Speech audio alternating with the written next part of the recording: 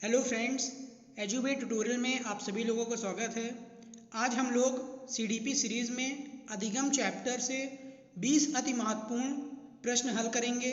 अधिगम का अर्थ होता है सीखना। अधिगम का आशय तार्किक ज्ञान से प्राप्त हुए फल से है। चलिए शुरू करते हैं। पहला प्रश्न। इससे पहले अगर आपने चैनल को सब्सक्राइब नहीं किया है तो प्लीज़ चैनल को सब्सक्राइब कर लें, और अगर आपको वीडियो टाइम पर लेनी है तो आप बेल आइकन को प्रेस कर सकते हैं। पहला प्रश्न। अधिगम अनुभव और प्रशिक्षण के द्वारा व्यवहार में परिवर्तन है, यह परिभाषा किसने दी थी? इसके ऑप्शन है वुडवर्थ, गेट्स, चार्ल्स स्किनर या क्लार्क हल। इस प्रश्न का सही उत्तर ऑप्शन बी, गेट्स। दूसरा प्रश्न। अधिगम का अर्थ है। इसके ऑप्शन है मनोवृत्ति में परिवर्तन, व्यवहार में परिवर्तन, व्यवहार में अपेक्षाकृत स्थायी परिवर्तन या अनुभूति में परिवर्तन। अगर आपको प्रश्न का आंसर मालूम है तो आप कमेंट सेक्शन में इसका आंसर दे सकते हैं। इस प्रश्न का सही उत्तर व्यवहार में अपेक्षाकृत स्थायी परिवर्तन। तीसरा प्रश्न। थ्योरीज ऑफ लर्निंग नामक पुस्तक के लेखक हैं। इसके ऑप्शन हैं स्किनर, हिलगॉर्ड, थॉर्नडाइक या फ्रैंकसन। स्किनर ने अधिगम में एक कथन दिया था कि व्यवहार के अर्जन में प्रगति करने की प्रक्रिया ही सीखना है। इस प्रश्न का सही उत्तर ऑप्शन बी, हिलगॉर्ड। चौथा प्रश्न। सीखना विकास की प्रक्रिया है, यह कथन किसका था? इसके ऑप्शन हैं गेट्स, वुडवर्थ, स्किनर या कोहलर। इस प्रश्न का सही उत्तर ऑप्शन बी, वुडवर्थ। पांचवा प्रश्न। अधिगम की प्रवृत्ति है तथ्यात्मकता, गुण दोष विवेचन, बौद्धिकता या ये सभी। इस प्रश्न का सही उत्तर ऑप्शन डी, ये सभी। तात्मकता, गुण दोष विवेचन, बौद्धिकता ये सभी अधिगम की प्रकृति हैं। छठा प्रश्न। बालकों में अधिगम किससे होता है? इसके ऑप्शन है ज्ञान को रटने से होता है, पाठ्यपुस्तक को पढ़ने से होता है, शिक्षक द्वारा ज्ञान के स्थानांतरण द्वारा होता है या क्रिया करके होता है। इस प्रश्न का सही उत्तर ऑप्शन सी, शिक्षक द्वारा ज्ञान के स्थानांतरण द्वारा होता है।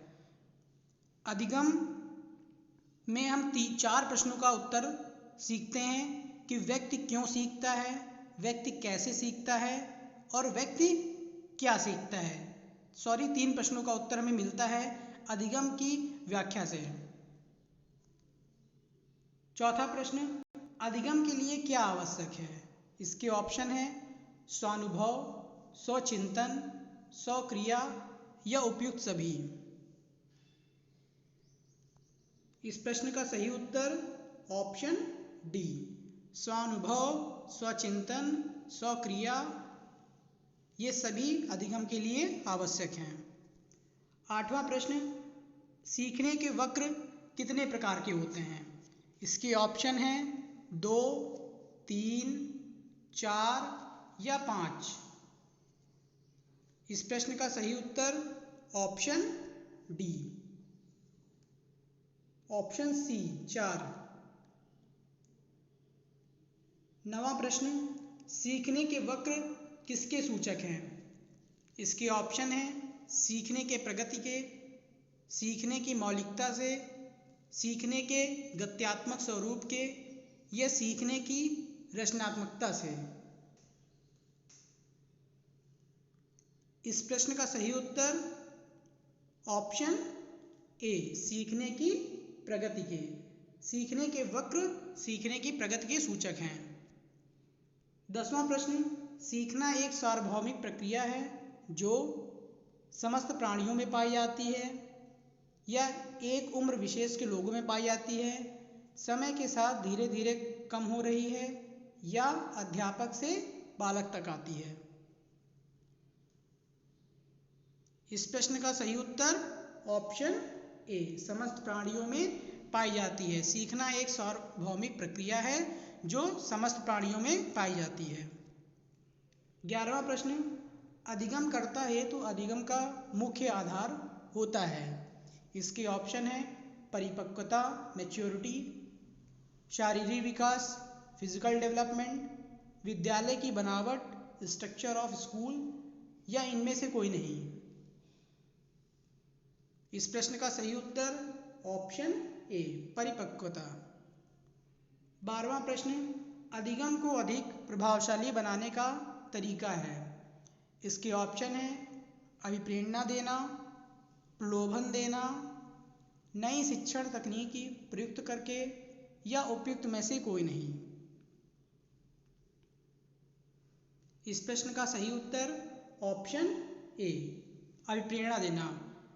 अधिगम को अधिक प्रभावशाली बनाने का सबसे अच्छा तरीका अभिप्रेरणा देना, किसी को मोटिवेट करना। 13वां प्रश्न, थॉर्नडाइक के अधिगम के मुख्य नियम हैं। इसके ऑप्शन हैं प्रभाव का नियम, तत्परता का नियम, अभ्यास का नियम या उक्त सभी। इस प्रश्न का सही उत्तर ऑप्शन डी, उक्त सभी। प्रभाव का नियम, थॉर्नडाइक ने 3 मुख्य नियम दिए थे अधिगम से, जिसमें प्रभाव का नियम, तत्परता का नियम और अभ्यास का नियम तीनों ही शामिल हैं। थॉर्नडाइक ने उद्दीपन अनुक्रिया का संबंध सिद्धांत भी दिया था, जिसको एसॉर बाउंड थ्योरी भी कहते हैं, या इसको ट्रायल एंड एरर थ्योरी, प्रयास और त्रुटि का सिद्धांत भी बोलते हैं।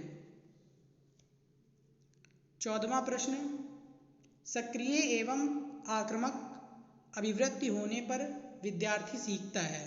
इसके ऑप्शन है तीव्र गति से, मंद गति से, सामान्य गति से या सभी प्रकार से।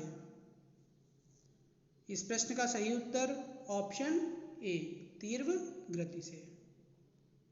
15वां प्रश्न, अधिगम की सफलता का प्रमुख आधार है। इसके ऑप्शन है प्रशंसा, पुरस्कार, नेतृत्व या लक्ष्य प्राप्ति की उत्कृष्ट इच्छा। इस प्रश्न का सही उत्तर ऑप्शन डी, लक्ष्य प्राप्ति की उत्कृष्ट इच्छा, ये अधिगम की सफलता का प्रमुख आधार है। 16वां प्रश्न, सीखने की प्रक्रिया को प्रभावित करने वाले कारक हैं। इसके ऑप्शन है अनुकरण, प्रशंसा एवं निंदा, प्रतियोगिता या ये सभी। इस प्रश्न का सही उत्तर ऑप्शन डी, ये सभी। अनुकरण, प्रशंसा, प्रतियोगिता तीनों ही सीखने की प्रक्रिया को प्रभावित करने वाले कारक हैं। अधिगम की प्रक्रिया को प्रभावित करने वाले अन्य कारक में से आवश्यकता है या अधिगम की इच्छा, डिज़ायर ऑफ लर्निंग बोलते हैं इसे, अभिप्रेरणा होनी चाहिए, तत्परता होनी चाहिए और अधिगम विधियां भी होनी चाहिए।